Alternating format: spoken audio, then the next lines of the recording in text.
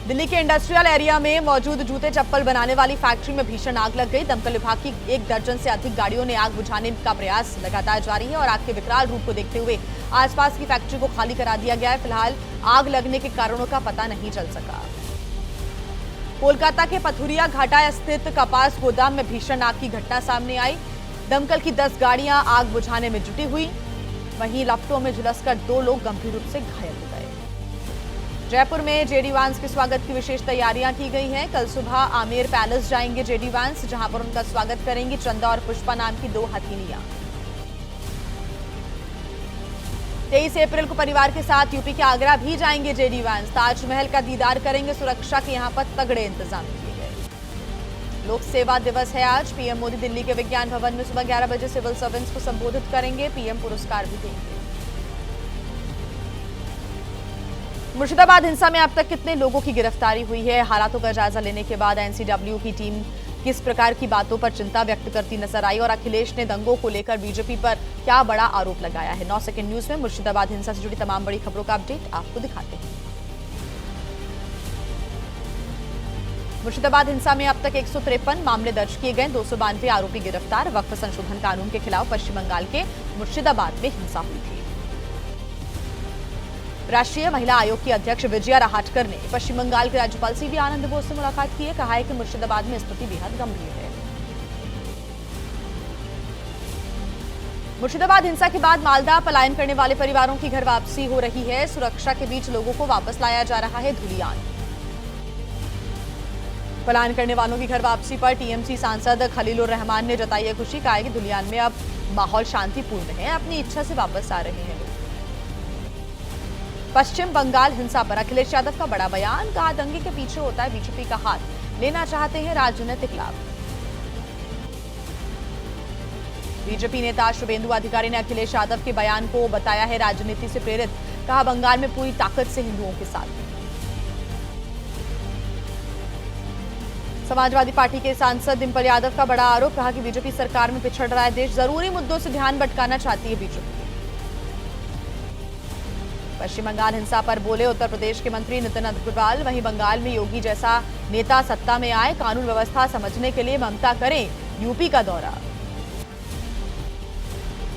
मुर्शिदाबाद हिंसा पर बोले बिहार के राज्यपाल आरिफ मोहम्मद खान। कुरान में लिखा है जो लोगों को बांटने की कोशिश करेगा उसे सजा मिलेगी।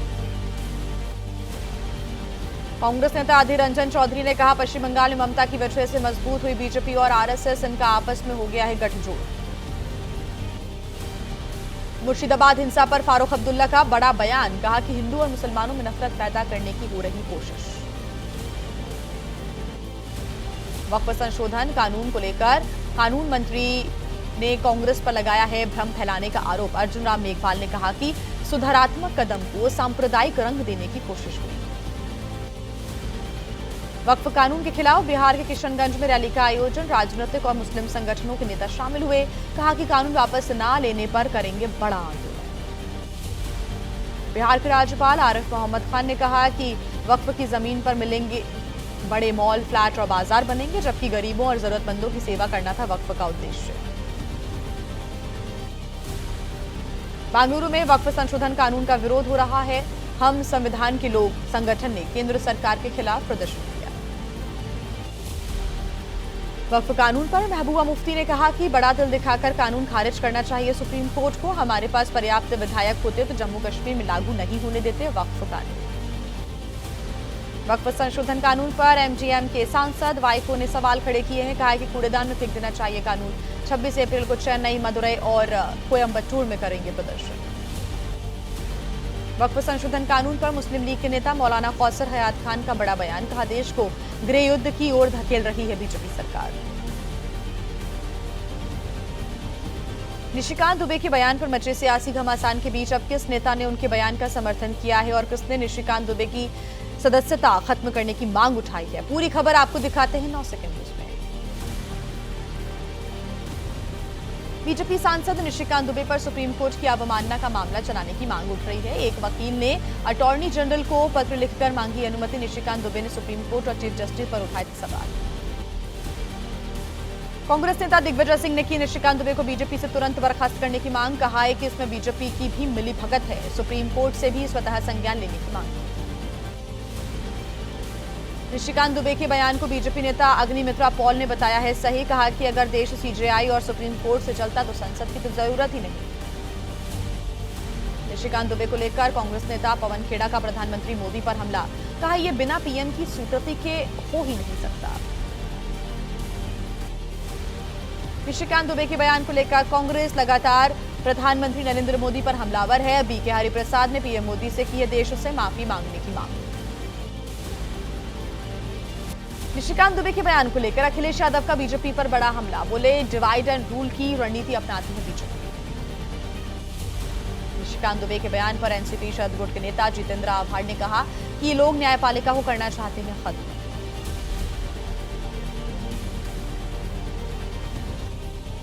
और आइए 9 सेकंड न्यूज में राजनीति से जुड़ी और अहम खबरें आपको दिखा देते हैं फटाफट अंदाज में।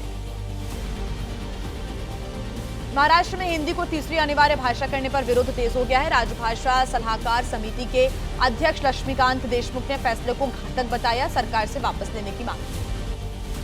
हिंदी भाषा विवाद पर बोले सीएम देवेंद्र फडणवीस, महाराष्ट्र में मराठी को प्राथमिकता नहीं दी जाएगी।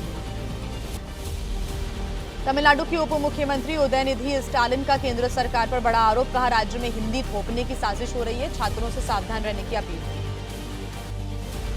तेजस्वी यादव ने बिहार में शराबबंदी पर नीतीश सरकार को घेरा। कहा कि सरकार की काली कमाई का जरिया बनी शराबबंदी सिर्फ होती है गरीबों की गिरफ्तारी। बिहार के बक्सर में कांग्रेस अध्यक्ष मल्लिकार्जुन खड़गे ने रैली की। डबल इंजन सरकार पर हमला बोलते हुए कहा कुर्सी के लिए बनी है मोदी और नीतीश की जोड़ी। बिहार बीजेपी अध्यक्ष दिलीप जायसवाल का बड़ा दावा। बोले राज्य से कांग्रेस को खत्म करने की साजिश। बिहार में दिल्ली के मुद्दे उठा रहे हैं खड़गे। मायावती का समाजवादी पार्टी पर बड़ा हमला। कहा कांग्रेस बीजेपी की तरह समाजवादी पार्टी की नीयत और नीति में भी खोट है, कभी नहीं हो सकती दलितों की हितैषी। नेशनल हेराल्ड के मुद्दे पर कांग्रेस आज से देश भर में प्रेस कॉन्फ्रेंस करेगी। 24 अप्रैल तक 57 शहरों में प्रेस कॉन्फ्रेंस होगी। बीजेपी अध्यक्ष जेपी नड्डा ने हिमाचल सरकार को बताया सबसे ज्यादा भ्रष्ट सरकार। कहा नेशनल हेराल्ड जैसे जो अखबार छपते ही नहीं उसे भी करोड़ों के विज्ञापन दे दिए गए। त्रिपुरा के गांव पर बाढ़ का खतरा। भारत से आने वाले पानी को रोकने के लिए बांध बना रहा है बांग्लादेश। स्थानीय सीपीएम विधायक दीपांकर सेन पहुंचे बॉर्डर। दिल्ली में आज एमसीडी मेयर और डेप्यूटी मेयर चुनाव के नामांकन आखिरी दिन है। आम आदमी पार्टी और बीजेपी करेंगे अपने अपने उम्मीदवारों की घोषणा। 25 अप्रैल को होना है चुनाव। आरएसएस के सरकारवाह दत्तात्रेय होसबाले का बड़ा बयान। कहा कि संघ नहीं बना रहा हिंदू राष्ट्र, वो तो पहले से है। हम कर रहे हैं हिंदुओं को शक्तिशाली बनाने का काम। एक देश एक चुनाव पर जागरूकता फैलाने के लिए अभियान शुरू करेगी दिल्ली बीजेपी। वीरेंद्र सचदेवा ने कहा कि इससे बचेगा भारत का समय, धन और संसाधन। यमुना में सीवेज के मुद्दे पर हरियाणा के साथ बैठक करेगी दिल्ली सरकार। जल मंत्री प्रवेश वर्मा ने कहा हरियाणा का सीवेज साफ करना हमारा काम नहीं है, ट्रीट करने की मांग की है। राजस्थान में कहां पड़ी है रेड, लेडी डॉन जिक्रा की क्या फिर से पुलिस रिमांड बढ़ेगी। देश की तमाम दूसरी बड़ी खबरें आपको दिखा देते हैं 9 सेकंड न्यूज में। आईजीपी जम्मू जोन ने किया अखनूर सेक्टर के सीमावर्ती क्षेत्रों का दौरा। बॉर्डर की सुरक्षा व्यवस्था का लिया जायजा। अखनूर और सुंदरबनी सेक्टर में पिछले कुछ समय से लगातार देखी जा रही है कुछ संदिग्ध गतिविधियां। कर्नाटक के पूर्व डीजीपी ओम प्रकाश की हत्या। घर के अंदर खून से लथपथ मिली लाश पत्नी की तरफ घूम रही है शक की सुई। हिरासत में लेकर पूछताछ कर रही है पुलिस। राजस्थान में इंजीनियर अशोक जांगीड़ की 14 ठिकानों पर छापेमारी। एंटी करप्शन ब्यूरो की छापेमारी में करोड़ों की संपत्ति का खुलासा हुआ। अशोक जांगीड़ के खिलाफ दर्ज हुआ था आय से अधिक संपत्ति का केस। अशोक के पास 4 करोड़ रुपए की माइनिंग मशीनरी, करोड़ों की कीमत के 55 आवासीय भूखंड, निर्माणाधीन शॉपिंग मॉल, 3 मंजिला शॉपिंग कॉम्प्लेक्स और 2 फार्म हाउस भी पाए गए। राजस्थान के हनुमानगढ़ में विरोध प्रदर्शन के दौरान कांग्रेस विधायक अभिमन्यु और डीएसपी करण सिंह में कहासुनी हो गई। थाने के सामने ही दोनों के बीच कहासुनी हुई। वीडियो सोशल मीडिया पर वायरल हुआ। मजदूर की मौत को लेकर धरने पर बैठे हुए थे विधायक और मृतक के परिवार को मुआवजा सरकारी नौकरी की मांग कर रहे थे। मामले में पुलिस पर लगाया गया है मनमानी का। दिल्ली के सीलमपुर में हुए हत्याकांड का मामला, मुख्य साजिशकर्ता जिक्रा की पुलिस रिमांड आज खत्म हो रही है। पुलिस करेगी जिक्रा को कड़कड़डुमा कोर्ट में पेश। लैंड फॉर जॉब से जुड़े सीबीआई के मामले में राउज एवेन्यू कोर्ट में आज सुनवाई होनी है। पिछली सुनवाई में कोर्ट ने तेज प्रताप, हेमा, भोला, प्रेमचंद समेत अन्य आरोपियों को दे दी थी बेल। आईआरसीटीसी से जुड़े भ्रष्टाचार के मामले में राउज एवेन्यू कोर्ट में आज सुनवाई होगी। लालू प्रसाद यादव और तेजस्वी यादव की तरफ से वकील चार्ज फ्रेम करने पर रखी जाएगी अपनी अपनी दलीलें। पूजा खेड़कर की अग्रिम जमानत याचिका पर आज सुप्रीम कोर्ट में सुनवाई होनी है। दिल्ली हाई कोर्ट ने पूजा खेड़कर को अग्रिम जमानत देने से इनकार कर दिया था। बॉलीवुड एक्ट्रेस जैकलीन फर्नांडिस के खिलाफ मनी लॉन्ड्रिंग का मामला, दिल्ली हाई कोर्ट में आज होनी है सुनवाई। जैकलीन ने केस रद्द करने की मांग की है। ईडी कर रही है विरोध। राज्यसभा सांसद राघव चड्ढा के सरकारी बंगले के आवंटन का मामला, दिल्ली हाई कोर्ट में आज होनी है सुनवाई। राघव चड्ढा ने निचली अदालत के 26 नवंबर के आदेश को चुनौती दी है। बिहार के रोहतास में गोली मारकर कारोबारी की हत्या, आभूषण से भरा बैग छीनकर फरार हो गए बदमाश। मामले की जांच पड़ताल कर रही पुलिस। लखनऊ के गोमती नगर में घायल हालत में मिले 2 युवकों की मौत का मामला सामने आया है, तो वहीं पुलिस ने परिजनों को मामले की जानकारी दी है। हादसा और हत्या दोनों एंगल से पुलिस जांच कर रही है। उत्तर प्रदेश के कासगंज में युवती से गैंगरेप का मामला, 3 और आरोपियों को पुलिस ने अरेस्ट किया है। इससे पहले 11 आरोपी भेजे जा चुके हैं जेल। मध्य प्रदेश के टीकमगढ़ में नाबालिग लड़की के साथ दरिंदगी का मामला सामने आया। परिजनों की शिकायत पर मामला दर्ज हुआ। पुलिस ने 2 आरोपियों को अरेस्ट किया। बिहार के मुंगेर में हथियारों की अवैध फैक्ट्री का हुआ खुलासा, 3 लोग गिरफ्तार। मौके से अर्धनिर्मित पिस्टल, मैगजीन, बैरल सहित हथियार बनाने के उपकरण मिले। हरियाणा क्राइम ब्रांच और रुद्रपुर पुलिस की कार्रवाई, ठगी मामले में 2 आरोपी गिरफ्तार। सम्मोहन के जरिए ज्वेलरी, नकदी और कीमती सामानों की ठगी करते थे। कई राज्यों में मामले हुए दर्ज। मध्य प्रदेश के विदिशा में अवैध खनन को लेकर प्रशासन की कार्रवाई सामने आई है। खनन माफियाओं के 2 ट्रक, 4 ट्रैक्टर ट्रॉली जब्त किए गए। 4 लोगों के खिलाफ एफआईआर दर्ज। खनन माफिया से मिली भगत पर 4 वन रक्षक भी सस्पेंड किए गए। हरिद्वार के बहादुराबाद में पुलिस और बदमाशों के बीच मुठभेड़ हो गई। हरियाणा के रोहतक का रहने वाला बदमाश गिरफ्तार किया गया। पुलिस की गोली से घायल हुआ। यूपी के सिद्धार्थनगर में अतिक्रमण के खिलाफ बुलडोजर की कार्रवाई, प्रशासन की कार्रवाई के विरोध में एसपी कार्यकर्ताओं का प्रदर्शन। राजस्थान के पुष्कर के एक रिजॉर्ट के पास आग लग गई।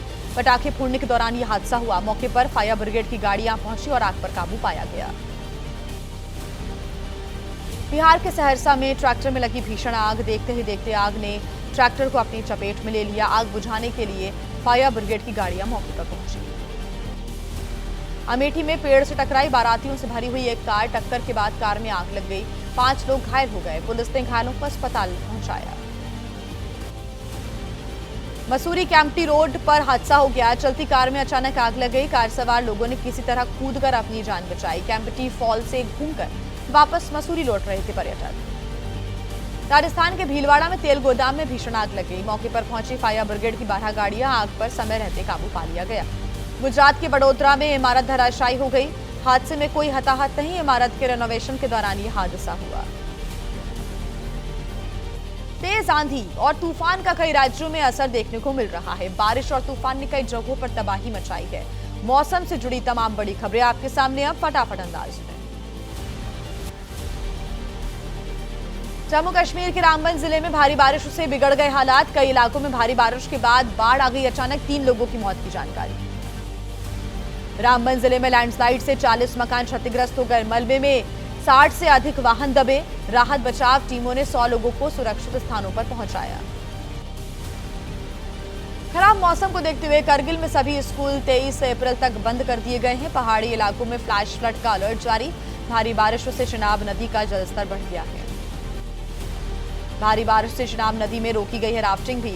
रियासी जिला प्रशासन ने फिलहाल राफ्टिंग पर रोक लगा दी है। भारी बारिश की वजह से जलस्तर नदी का काफी बढ़ गया है। जम्मू कश्मीर के शोपियां में नेशनल हाईवे पर घंटों तक फंसे रहे यात्री। रोड बाधित होने की वजह से मुगल रोड पर फंसे यात्रियों के दर्जनों वाहन। जम्मू कश्मीर के अनंतनाग में लैंडस्लाइड की वजह से नेशनल हाईवे बाधित हो गया। रोड पर मलबा आ जाने की वजह से आवाजाही में परेशानी हो रही है। जम्मू कश्मीर के पुंछ में बदला मौसम का मिजाज, वहीं बारिश के साथ ओलावृष्टि भी हुई। खराब मौसम को देखते हुए लोगों को एहतियात बरतने की सलाह दी गई। जम्मू कश्मीर के किश्तवाड़ में नेशनल हाईवे से हटाई जा रही है बर्फ। नेशनल हाईवे 244 पर जमी हुई बर्फ को साफ किया जा रहा है। लोगों को अभी आवाजाही में दिक्कत हो रही है। लद्दाख के ऊंचाई वाले इलाकों में भी बदला मौसम का मिजाज। जंस्कार इलाके में भारी बर्फबारी हुई है। पारा गिरने से ठंड में काफी इजाफा हुआ। हिमाचल प्रदेश के चंबा में बरपा कुदरत का कहर। सलूनी संघड़ी मार्ग में बरसाती नाले में उफान आ गया। जान जोखिम में डालकर सड़क पार करने को मजबूर हो गए लोग। हिमाचल प्रदेश के ऊंचाई वाले इलाकों में मौसम ने करवट ली। किन्नौर के ऊंचाई वाले इलाकों में बर्फबारी हो रही है। निचले क्षेत्रों में भी बारिश हुई।